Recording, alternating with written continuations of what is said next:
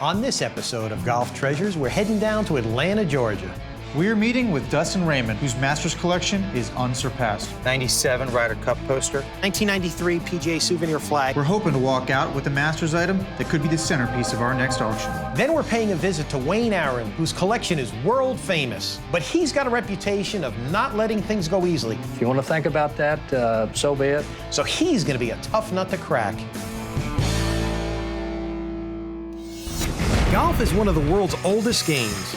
It goes back centuries. And that's where we come in. I'm Ryan Carey. And I'm Bob Zafian. We're Green Jacket Auctions. Whoa, whoa, whoa. Original Silver King. This is the stuff we came for. I noticed the Arnold Palmer swing cologne. Whoa. We hunt down the most iconic pieces of golf history and then auction them off for prices most people wouldn't believe. It's got to be a $30,000 photo. What will it take for me to get this? The last auction sold for $60,000. Sold for $2 million.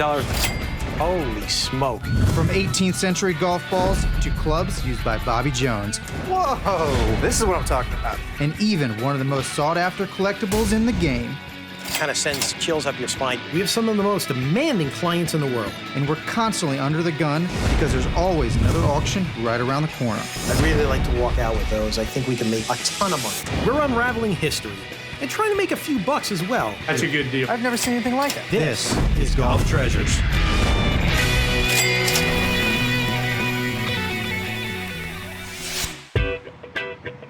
We're outside of Atlanta, Georgia, which is near Augusta, home of the Masters Tournament, the ultimate golf tournament. We're meeting with longtime collector Dustin Raymond.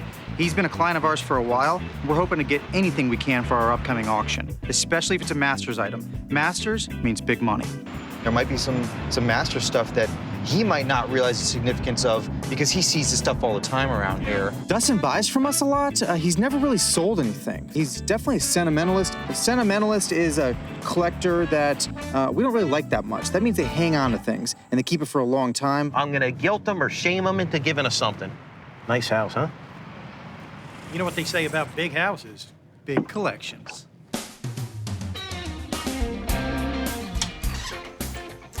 Hi, Hi there. Bob Zafian. How you doing? Good, Bob. How are you? Great. How's it going? I'm Ryan. Hi, Ryan. We're here to see Dustin? He's not home yet. Okay. You're here to see the collection? Yes, Oh, we yeah. are. All right. I can take you on. You can go ahead and take a look. Thank you very Okay. much. Great. All right. Come this way. Thank you. I love your home. Thank you. Oh, this is his master's room. Augusta National? That's a real flag. Bobby Jones, Jack Nicklaus. Who's this? Well, his wife tells us to wait in his office that he's going to be in soon, and she didn't really give us permission, but we kind of made ourselves at home. She did not give us permission. She did not give us permission, so we kind of made ourselves at home. Look at all these things. That's every British Open winner. Check this out. Come here. Player pins? Player pins from the British Open. 1965, 86, 90. Dude, he's got an original trophy from the Biltmore. That was my course in Miami, my home course. Who won the trophy? Craig Wood, 1940. That is cool. I need this. Put it back. No. Put it back. Shh. We're like kids in a candy shop. We love all this kind of stuff. It was just stuff everywhere. It was kind of fun to be in there by ourselves. Oh, check this out. Tiger Woods, Jack Nicklaus on the same flag. That was Jack's last Masters. And the year Tiger won, Nice. 2005. Nice. Dude, check this out. That's a letter by Bobby Jones. Someone wrote him a letter asking him to compare himself to Jack Nicklaus and Arnold Palmer. No Check it out. question. 1961. It says, "Dear Tim, there is an expression that you will hear if you have not already to the effect the comparisons are odious." What does odious mean? I have no idea. I knew you wouldn't know what it meant. It's 1961. Probably don't use that word anymore. One of those old British things. Bobby Jones was definitely not British. Listen, He's from Georgia. I know. Listen. We're in his hometown. If you go around a collector's house or his office with him, you're going to find out what he wants you to see. If we have a chance to be by ourselves, we'll find everything. Hey, Ryan. Bob, how you guys doing? Hey, Dustin. It's good to see you. How you I've been? been doing really good. Cool. Nice to see you, Good Ryan. seeing you again, man. My name is Dustin Raymond. I collect lots of different types of golf memorabilia, scorecards, autographs, signed flags, and historical items as well. I definitely like to hold on to my items, and I hate to let things go. You've seen a little bit of my collection Yeah, we've here. been soaking it in. We were cool walking things. around a little bit. Might want to check Bob's pockets before we leave. Dustin definitely surprised us. Thought we'd hear the door open when he came in. We weren't rifling through his drawers or anything like that, although I wanted to. What really the focus of your collection? Well, since I lived in Augusta for a long period of time, I really focused on golf and, of course, anything Masters, autograph related, and just historical golf clubs and historical trophies. Dustin's been collecting for years and years, and, you know, just looking around in this room, I mean, all this stuff, it's like over $50,000. I have a lot more stuff downstairs. Wow. Great. I can't wait to see everything. I was really excited when Dustin said that he had a lot more items downstairs because the ones on his wall, those are usually hard to get from a collector. There's a reason why they had them framed and are sitting in his office. I want to find the stuff that maybe he's less attached to. Come on down, guys.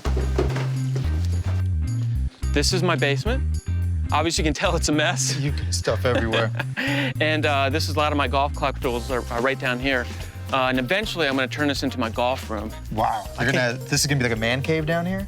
It is. When we walked downstairs, that wasn't exactly what I was expecting. I thought we'd see this gorgeous memorabilia room, maybe a cool man cave, and it was just this completely unfinished basement with boxes and stuff everywhere. All right, so we're free to just dig in and find whatever we want? Let's go. All right. Let's do it. All right. Wow, could this be a third eye? That's a Rory McIlroy glove. Dustin, these are all from Jack Nicklaus majors. That's the 1959 U.S. Open Amateur, his very first major victory. That's a tough one. It is his very first major. The Nicklaus stuff, I really want to hang on to. All right, well, this let's stuff. dig through stuff because I want to find stuff that I can take out with me, too. Okay. Rory McIlroy, 2014 Masters flag. That's a really nice signature. Now that he's won a lot more tournaments, the signature's gotten a lot smaller. Yep. If you don't know what Rory McIlroy's signature looks like, you would never know what that is. That does not look like, I don't see an R, I don't No. see an M. I don't see letters at all. It looks like a bunch of scribbles. I presented this flag to him at the 2014 Masters, and he's superstitious, and he refused to sign it in the middle of the flag. Until he wins, right? Until he wins. There you go. Oh, Ryan, check this out. 1999 Tiger Woods signed That's a Masters flag. huge Tiger This is signature. cool. Interesting item right here. Since you're bringing up Tiger Woods, this may not be worth lots of money. Such a golf nut and fan that I was actually walking with Tiger. He drank this and then threw it away. And I actually went over there and took it out of the jar. I don't think you're a golf nut. I just think you're a nut.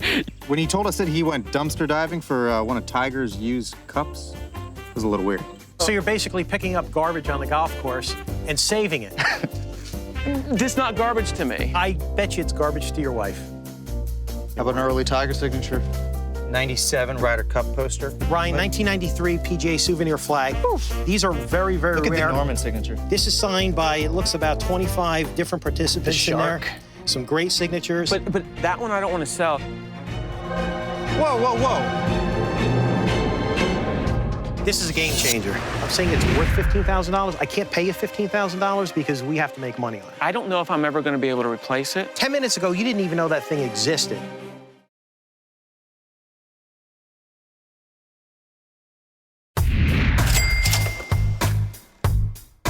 We're down in Dustin's basement finding a lot of great stuff. Then we find something we really weren't expecting. You know, the thing about this is it also has Watson on it. Ryan, 1993 PGA souvenir flag. These are very, very Look at rare. the Norman signature. This is signed by, it looks about 25 different participants in there. shark. Some great signatures. But that one I don't want to sell. Whoa, whoa, whoa. Wait a minute. This is a game changer. This is real. Yeah. See this? This Original. is an original green jacket. Yeah. It's a This is real. 1970s Augusta National members jacket. We were looking for something rare and exciting. This was definitely it. This is real. How did you get this piece? Well, you know, being in Augusta, I know several of the dealers and memorabilia people. Can I put it on? What? What are you doing? You can. It's from the 70s, isn't Yeah. it? It looked like it might fit. I decided to try it on. If you came across a guitar owned by Jimi Hendrix, you'd play it, wouldn't you? An Augusta National green jacket is like the ultimate for a Masters collector. What did you end up paying for that? Paid about $1,500 for it. $100. Yeah. 100? Wait a minute. Does a 10 times return on your money sound appealing? It does. If you offer me $15,000. At Well, auction. I'm not offering, I'm saying it's worth $15,000. I can't pay you $15,000 because we have to make money on it. Sometimes we can't always come to an agreement with a consignment. So we might make a pitch to buy it. That way, we take the risk, but we also get more of the reward. I don't know if I'm ever going to be able to replace it. You paid $1,500 for it? It's in a chest. You didn't care about this You don't 10 even minutes have ago. a ceiling. what would it take to bring this home with me? How much money do you need? $11,500. Dustin's got dollar signs in his eyes. I mean, green jackets are really rare and valuable, but when I said it was worth 15 grand, that didn't mean I was gonna give him 15 grand. 10 minutes ago, you didn't even know that thing existed. This is a master's jacket. You're gonna have to come up from that. This is an Augusta National jacket. They might look the same, whole different animal. This just came for a regular old member in the 1970s. But we're talking in the $10,000 to $15,000 range. Okay, so let's go over this again. I would like to get $11,500 for the jacket. What would you really take? $10,000. I mean, if I walked out the door, you may regret this, because you know what? It's gonna go back in the trunk. What's it really gonna take for me to wear this on the plane today? How about $9,000? What do you wanna do? Well, we don't find them very often. We don't wanna go this high, but I don't wanna see a piece like this go back in the trunk. I don't wanna see it go to anybody else. No. I don't wanna lose it. $9,000 is more than we usually pay. But we're gonna sell for more than $9,000. Yeah, let's do it. We good? 9,000? Got a deal. Yes. All right, great. Thanks, Dustin. Deal. And we love green jackets. Absolutely successful day. We came looking for the ultimate item. We found the ultimate master's item. Doesn't get any better than this. Today we're in Atlanta, Georgia, and we're meeting with one of the most prominent collectors in the country, Wayne Aaron. We've never seen Wayne's collection. We've heard about it. Everybody knows about Wayne's collection, but we've never gotten the indication that he was ready to part with anything. Hopefully we can walk away with some really great items for our auction. We got to get something. Ryan, so nice to have you here in our home. Thanks for having us. Bob. Wayne, how are you doing? Nice to meet you. Our pleasure. Ms. Aaron, So pleasure good to meet you. We've been looking forward to sharing our collection with you. Shall we get started? Absolutely. Can't wait to see. Why don't you tell us about some of these items? A lot of the collectors do not realize that prizes were not trophies and other things. Early in the UK, they were hallmark silver spoons from each of the individual clubs. Wayne is a pioneer in the golf collecting world. He's been assembling his collection for over 40 years, and it's worth over $5 million. The wooden piece there, that's not golf related though, is it? Well, absolutely. It's a nice turned piece of wood. I have absolutely no idea what that is. Is it a whistle? Very few people have defined what this is. It's actually spikes for golf shoes. Here's the driver down here, and you would drive them into your shoes. We've only had one house guest that was able to figure it out, and that was Nancy Lopez. Nancy Lopez was here and she knew what those nailed it. were. She did. She nailed it. Is She that, knew is what that it from was. this country, or is that from? No, it's from the United Kingdom. So Wayne, you've got a lot of really great pieces in this room. Is there anything in here that you'd like to put up for auction? There's a lot more to see. Let us show you what's in all of the other rooms. Usually, golf collections are all centered around a man cave or an office. This was golf in every single room in the house. I call this the international room because I have French, English, American, Scottish artwork here. We love to see lady golfers depicted in their outfits. Granville Smith did a good job of this. This is our family favorite.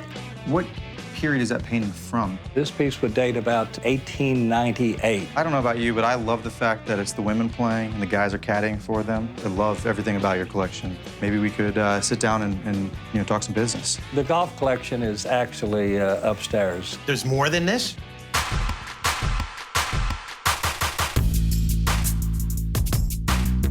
Ryan, Bob, welcome to our golf collection. If I might, could I give you a little tour of what we have here? Where do we start? Everywhere I looked, clubs, balls, programs, this is my kind of stuff. There's 8,000 items in this room. Killing me here. It's the whole set, or we're not going to be able to come to an agreement. Well, I'd like to sell them all. I think you're selling yourself short by doing this.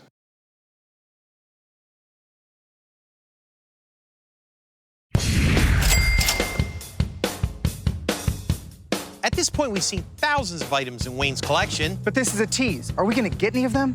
On the wall, we have a representative sample of most of the known club makers from the late 1700s all the way up to the turn of the century, 1900. I've always wanted to see and handle a club by Hugh Philp, the greatest club maker of all time. The Stradivarius, they call him, of club makers. I'd be happy to take this off the wall and handle it. This is the stuff we came for. This is a representative sample of Hugh Philp. This would be about circa 1840.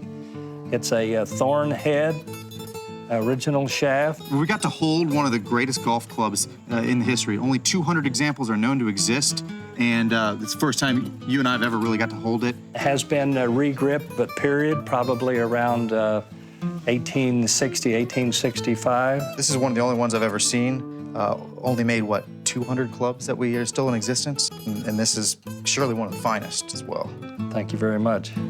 This golf club is really valuable, but this is a huge room with a lot to explore. It had to be $4 or $5 million or more worth of golf memorabilia in that room. We don't want to lock ourselves into something just yet. I have about 5,000 books. This is one that perhaps you might enjoy, a book that is really the influence of the rules of golf upon the United States Golf Association. And this was the personal copy of C.B. McDonald. Wow. He likes to claim that he's the father of golf, not John Reed. So this literally being the first book of rules, I mean, this is historically important to the game of golf. We know books sell really well at auction, and this one of the early rules of golf, this one's a winner. It's worth maybe $15,000, $20,000. I know that a piece like this would be perfect for our auction.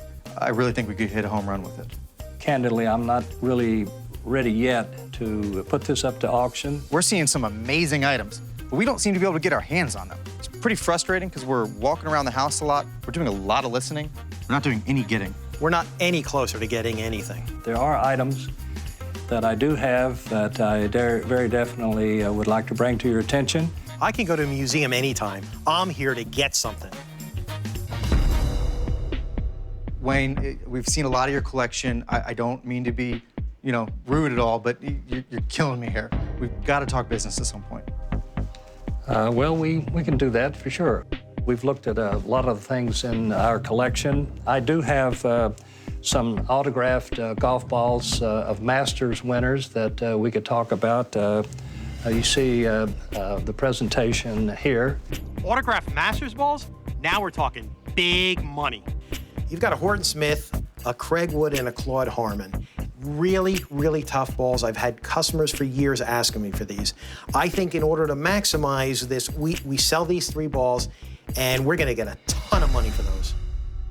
So we have Horton Smith, Craig Wood, and Claude Harmon, 3 of the biggest and toughest signed golf balls out there. These 3 alone, 50 grand, easy. Now, in business vernacular, is that known as cherry picking? Because I've got all the rest of the Masters winners signed balls, and it's a set. I don't think selling them as a set is the best option. It's the whole set, or we're not going to be able to come to an agreement.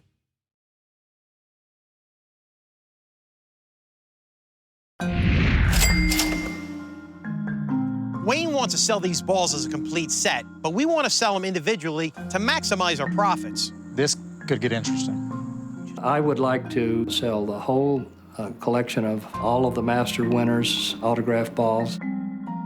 It's the whole set, or we're not going to be able to come to an agreement. Well, I'd like to sell them all, but I don't think selling them as a set is the best option for you to get the best value of what you have. This is a big problem for us. He really is limiting the amount of people that can afford something like this. There's got to be somebody out there. You're right. There might be that one person bidding on these. But I think if 1 or 2 people are chasing this, it's not much of an auction.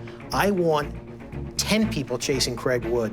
I want 10 people chasing Claude Harmon. That's what's going to build excitement. That's what's going to make those prices explode. There's only so many people that can afford to buy a big collection like that just to fulfill a couple spots in their collection.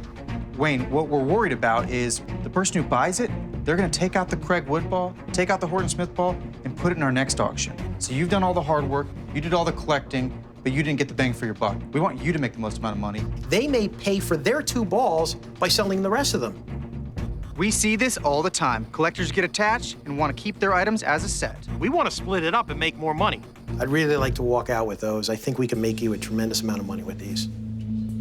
You're going to have to take the whole collection of the Masters balls, and you're going to have to put them all up as a collection. The complete collection, as one lot. Every winner, one lot. If you want to think about that, so be it. This could get interesting. We have one shot at him. We can do one of 2 things.